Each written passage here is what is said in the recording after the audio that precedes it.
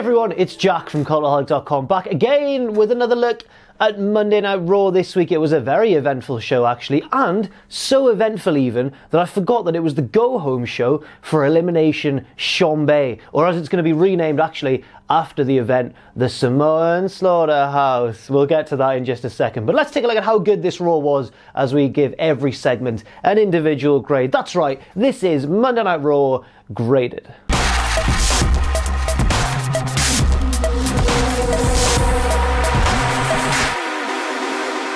We open the show with the King of Kings and the billion-dollar princess. Do we still call her that? Stephanie McMahon and Triple H. Stephanie is hyped for this Raw. She's giving it all. She's doing the welcome to Monday Night.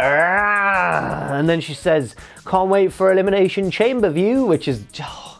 when Stephanie botches a line, that's the stuff that dreams are made of. Smarky dreams are made of. In fairness to Stephanie, she did recover well, but it was a bit of a strange opening segment until Becky Lynch came along, because before she kind of crashed the party, it was just Triple H and Stephanie running down the WrestleMania card, which to me sort of devalued a lot of the Elimination Chamber matches. For example, they were like, and if Ronda Rousey beats Ruby Riott at Elimination Chamber, she'll be facing Becky Lynch at WrestleMania, hyping that match and giving Ruby Riott like no chance, which is a shame. I don't really agree with it. Becky Lynch comes out, and it turns out after being so paranoid of going to the doctors, she did go to the doctors. Triple H and Steph's advice was right all along, and they were totally telling the truth.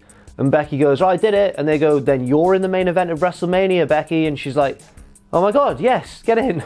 And I was like, that was all resolved very, very sensibly. And then Triple H and Stephanie go, we just need you to do one thing.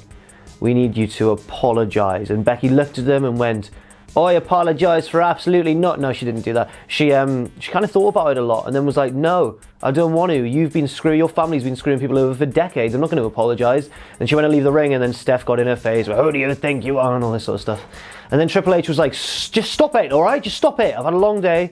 Just apologise, Becky. And then they left her thinking about it. It was all a bit tense. I'm probably going to give this a B-. I didn't particularly like it. Like every Becky Lynch segment, though, it did crackle with a certain energy because she's just been on fire so much recently and because she has been booked pretty well. But there starts to be a few missteps creeping in now, I'm starting to notice.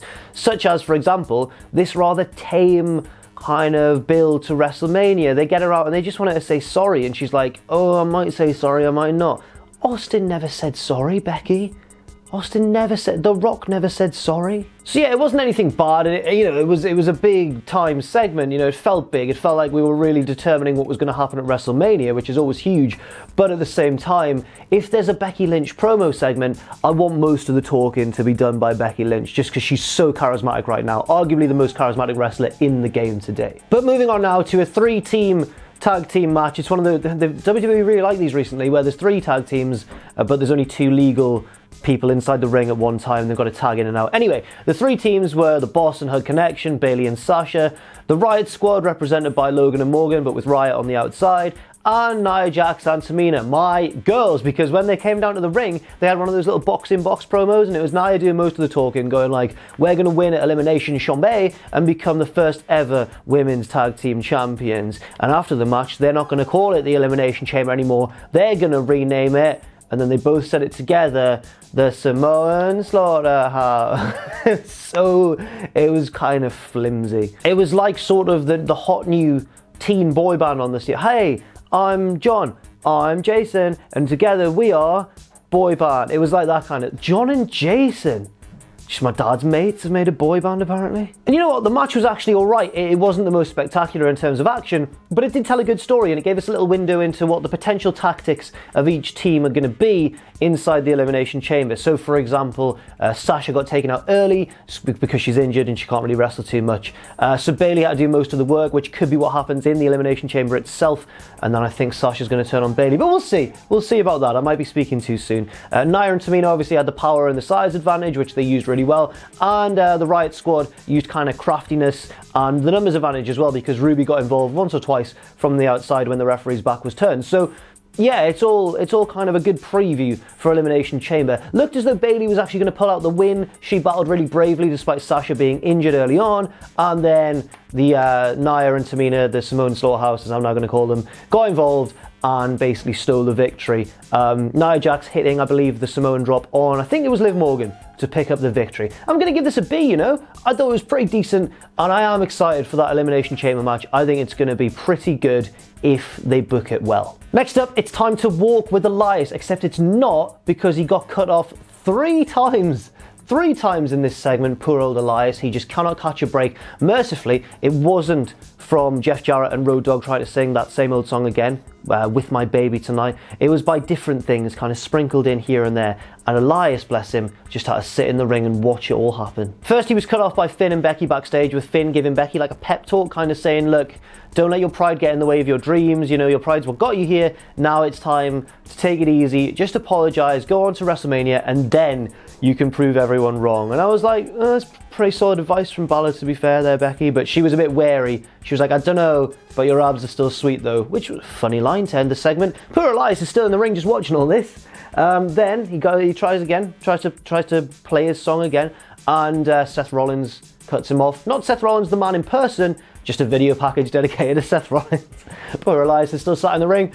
Finally, it looks like he's going to get a chance to play his song for the crowd, and then he's interrupted by my boy and his mates, Lince Dorado, featuring the rest of the Lucha House Party. Okay. The Lucha House Party actually want to walk with Elias. They get in the ring and he sings his song insulting the crowd, and they all do a bit of a dance, and it's just awkward to watch. It's just a bit awkward. You know when you're at school and you're doing drama or theatre studies or whatever you want to call it, you basically got to get up and perform.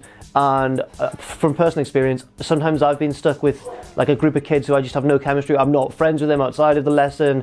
They don't particularly like me, but we've got to get up there and just do this bloody thing so that we can get out of the lesson and go to like science or maths or whatever. And it just bombs. And you're in front of all your pals and you can see them sniggering in the... This is what this was. This was a bunch of lads who just kind of had to fill time in the segment and tried their best, bless them, but there was nothing there for them really. I'm not suggesting, by the way, that Elias and the Lucha House Party don't get on backstage just before the headlines come along, like heat between Elias and Grand Metalik backstage. None of that. I'm sure they all get on really, really well. Anyway, Elias goes, there we go, that was my song. What have you got to say about that? Kalisto's like, I want to play your guitar, please. And Elias is like, go for it, mate. Kalisto sits down, plucks a few little notes. Ooh, and I was like, yes, my boy's got skills. And then Elias grabs a second guitar that he just had, that he prepared earlier, and just waffles it over Kalisto's back and leaves the ring. And it looks like we're probably going to get a feud between Elias and the Lucha House Party, which is different and it's new, but this segment wasn't very good. So all in all, I'm going to give this segment a D. It sounds harsh, but really this was quite cringeworthy to watch. You could tell that it was just kind of filling time, especially with Elias keep on getting cut off by like backstage promos, video packages, and eventually by the Lucha House Party. I'm sort of intrigued to see where it goes, but at the same time, I don't have high hopes if this segment is anything to go by. Next up, we have Drew McIntyre versus Finn Bálor, with Lashley and Lio Rush watching on from ringside. Of course, Finn Bálor is in line for Lashley's IC title. I must say, this match was pretty short because what happened after it really dominated this middle stretch of Raw. But this opening sort of segment of the match between Finn and Drew really did go down all right. You know, it was very short, but Finn looked particularly sharp. He was popping off sling blades left, right, and centre. His abs were glistening under the lights and that sort of thing. But yes, the match didn't last very long before Lashley got involved and basically pushed Finn off the top rope, and it caused the DQ, but it wasn't the end of the segment. Oh no, this went on for a long old while. The heels all teamed up and beat down Finn, with Lio joining in as well. The numbers advantage was really with the heels. There was no chance for Finn until... You suck, mate. He does suck now, sadly. He loses every match. Kurt Angle came out to save the day, starts popping off German suplexes all over the place, but then Baron Corbin came down and re-evened, or didn't even the odds, he kind of ordered the evens back in favour of the heels. But then Braun Strowman came out and basically cleared house and then we went to commercial break, and then when we came back, it was magically a 6-man tag, as it often is. I'm going to have to break this segment into 2 separate grades because it went on for so long and there was different matches, as we'll see in just a second. But for this opening portion of it, I'm going to give it a C+, because it was fine, it was very short, Finn looked sharp, but it was a little bit of an unoriginal, kind of cookie cutter segment that we see on Raw. It feels like every week. It's not, but it feels like every week. But, you know, it would continue. So then we had the 6-man tag match, which for the most part was standard Raw TV 6-man stuff, not particularly inspiring, until Drew ran around the ring on the outside during a bit of a brawl and blasted Braun Strowman with an excellent Claymore kick, and from that point on the match really accelerated actually. Finn Bálor was flying all over the place once again. Yeah, he looks really good this week. I'm looking forward to seeing him at Elimination Chamber. He was flying all over the place and it looked like he was going to pick up the victory until Lio Rush pushed him off the apron, or like stopped his momentum somehow, can't quite remember, but basically it allowed Lashley to hit Finn and pick up the pinfall despite Finn's foot being on the bottom rope, but the referee didn't see it. But don't fear, because a second referee came out and went, nah mate, his foot was on the ropes, you're gonna have to restart the match. And by this point I was like, oh my god, because it felt like they'd been in the ring forever. I think I'm still residually a bit angry from the whole feud where Strowman was aligned with Drew and Lashley, and it felt like it dragged on forever, especially with the whole Corbin thing. And and now we're back to it. We're right back at it again, in the words of A Day to Remember. So they restart the match, and Finn is struggling by this point. He's getting beaten down, the numbers are against him. But then Strowman comes back in after being taken out for like a long time on the outside. He comes back in, he starts clearing house. It's actually quite fun. Angle gets involved again. I think he suplexes Corbin maybe off the apron. I think that's what happened. It was a pretty cool moment. And then Finn Bálor picks up the win. He pins Bobby Lashley, the IC champion, with the coup de grace from the top rope. And it was a fitting ending, I think. I think it was all right in the long run, but this felt like it went on for quite a long time. I'm going to give it a B- because it did have an overall point at the end, which was Finn Bálor picking up a pinfall over the Intercontinental Champion, potentially hinting at a title change in the near future, potentially being a bait and switch, where obviously Lashley will retain against Finn. So I like that. The only problem is I don't get the whole restart thing. I think the match would have been better just as a normal match that didn't have a weird sort of dusty finish, or reverse dusty finish, I suppose. I just think that it went on a bit too long for my liking, but it was fine. B- is the grade. Next up, very exciting news. We get a Kevin Owens video package. He gives an update. He's just in a bowling alley, like with his family or his pals or whatever, just having a nice old time. But he gives an update. He just talks very frankly. He's like, look, I'm going to be back in about a month probably. I was like, whoa, he's probably going to be back in time for WrestleMania. That's fantastic news. Then he was like, now I'm going to show you how to bowl. And then he got his bowling ball and went up and just hit a gutter ball. And I thought, that's very Kevin Owens. That is charming. No grade for this segment. I'm just excited to see him back soon. And I hope that it comes around pure fast. Faster than it takes to get to WrestleMania, certainly. I know we're all on the road to WrestleMania, but can we just stop and pick up Kevin on the way? Because he is really good banter. Next up, we had Ruby Riott, who obviously has a title match against Ronda Rousey at Elimination Chamber against Nikki Cross. Now, on paper, this should be a match that I'd look forward to because I like Ruby Riott, I like Nikki Cross, I think they're both really good. They came up together at similar times through NXT, so I thought they'd have good chemistry, but this wasn't perfect by any stretch of the imagination. Follow me and I will tell you my problems. I had three problems with this segment. Problem the first, it was a little bit predictable in terms of result, because Ruby Riott's obviously going into this title match at Elimination Chamber. I don't think she was ever going to lose to Nikki Cross. It's not too big of an issue, but it does feed me in to problem the second. Problem number two, the wrong opponent. She shouldn't have been wrestling Nikki Cross on this show, because Nikki is someone who I think needs to be protected a little bit more than most other members of the roster. She's new, she's fresh on Raw, it should be exciting to see her still, and now she's lost clean to Ruby Riott in fairly straightforward fashion. So I think that was a bad decision. And now moving on to problem the third. Problem three, we weren't meant to think this match was important. It got cut off halfway through by a big old Becky Lynch promo backstage, which took up the whole screen. It wasn't just one of the ones in the box at the bottom. I think it took up the whole screen. Basically, Becky and Ronda met backstage, and Ronda was like, just say sorry, I want to wrestle you at WrestleMania, Becky. Do not let me down. And she got a bit angry like Ronda Rousey does. And Becky was just like, I don't know. And I just forgot that a match was going on. And so did everyone else, because the crowd kind of died for this. It was you've got a 3-hour show. You don't need to be putting stuff like this during a wrestling match on a wrestling show. You know, I'm going to give this a D+, because, you know, it gets a plus because the wrestling itself no issues with that at all. Ruby and Nikki, both very capable in the ring. It was totally fine. The rest of the stuff is why it gets a D+ rather than a good grade. Next up, Burn It Down. That's a very positive, happy version of Rollins' theme.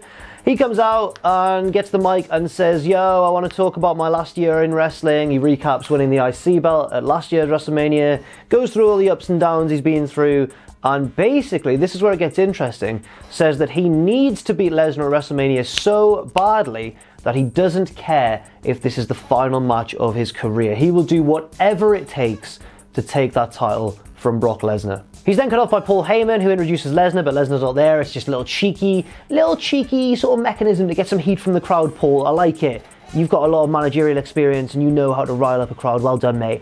Then, I'm sure he appreciates those words from me.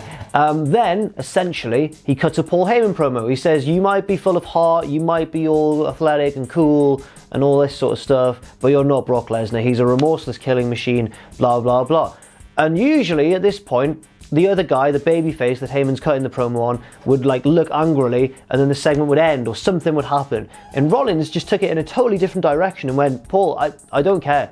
I just don't care about Brock Lesnar being all strong and unbeatable. I will literally do whatever it takes and I'll become a martyr to save this business because Lesnar's been holding it hostage for the past 2 years. And suddenly I was like, after kind of being all right with this segment for the most part, but it was nothing spectacular, suddenly I was like, what's he going to do? Is he going to like jump off something really high to try and take out... I'm really now intrigued for this WrestleMania match. And that's the point of a segment, I suppose.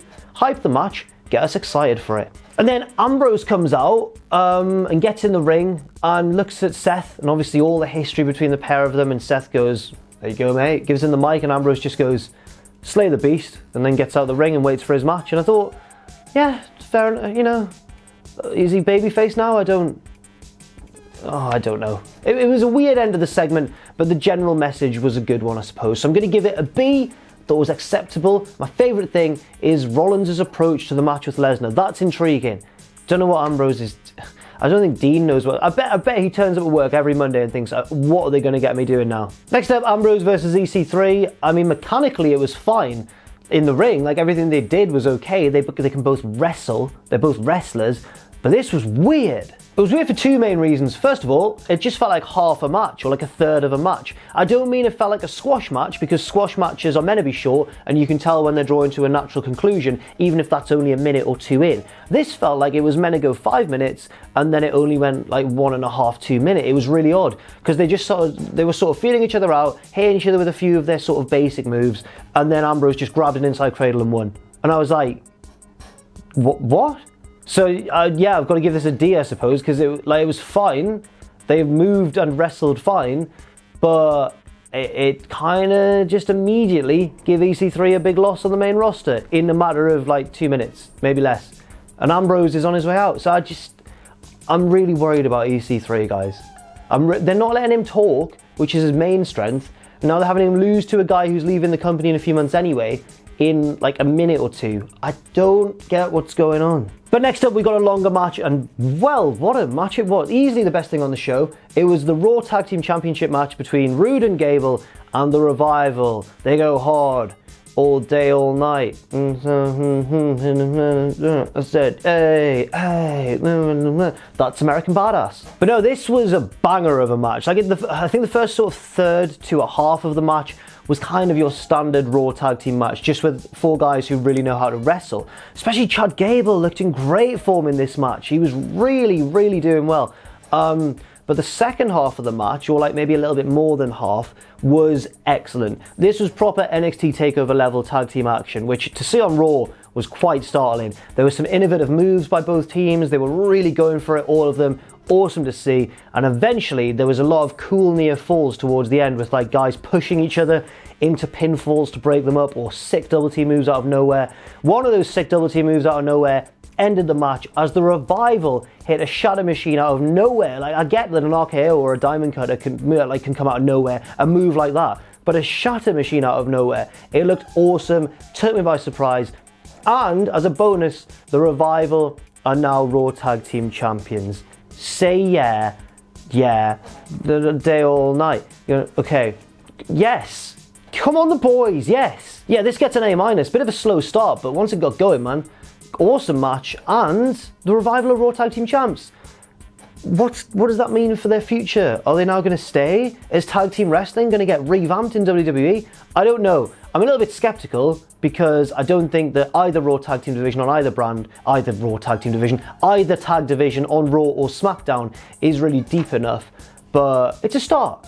You know, it's certainly a start. So finally we get the last segment of the show. It's Becky Lynch. She's dominated this Raw without really doing much. She's just been behind the scenes cutting promos with various people, including one with Alexa Bliss at one point where Alexa's like, don't say sorry, don't do it, you're Becky Lynch, you're badass and cool. And Becky goes, you want me out of that title match at WrestleMania, don't you? You're trying to weasel your way in. And I was like, I get it, but the fact that Alexa, a heel, is taking the opposite standpoint of Triple H and Stephanie means that Triple H and Steph are the baby faces, even though they're being a dick to Becky. So Triple H and Steph come out to the ring, and Becky comes out to the ring, and they're all being just so nice to her. They're like, just say sorry, Becky. We said sorry earlier, we'll say sorry again. We're sorry for what we did, but you have to say sorry to us now, because we're Triple H and Stephanie, and we've just got to have that little, we need you to apologise, because we need to take away just a little bit of your fire before WrestleMania. I got quite annoyed watching this, I must admit.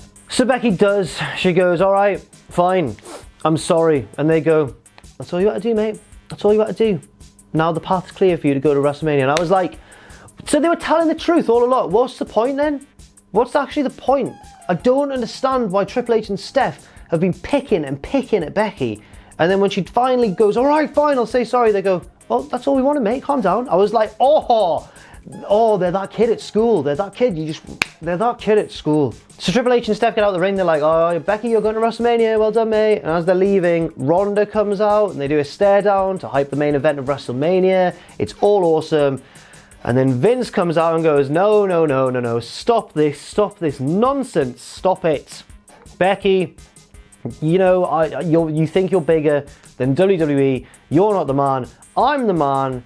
The Vince McMahon, which he didn't say, which I wish he did. And then he went, I'm replacing you in the main event of WrestleMania with Charlotte Flair. And then Charlotte came out and Vince went, this is going to be the end of Mania. Hooray! And then lifted her hand. And I was like, well, that was awkward. And look, I get it. I'm going to give this a B-. I get the booking and I love it. I love the fact that Becky's been taken out of the match and Charlotte's been put in the match. Love it, because it's only going to build more fire for Becky. They're really drawing inspiration, clearly, from the build to WrestleMania 30, where they sort of accidentally did this with Daniel Bryan. Amazing. Love it. I can't wait for Becky to re-fight her way back into this match somehow, and to really then get a big victory, hopefully, in theory, at WrestleMania. I think that'll be an awesome moment.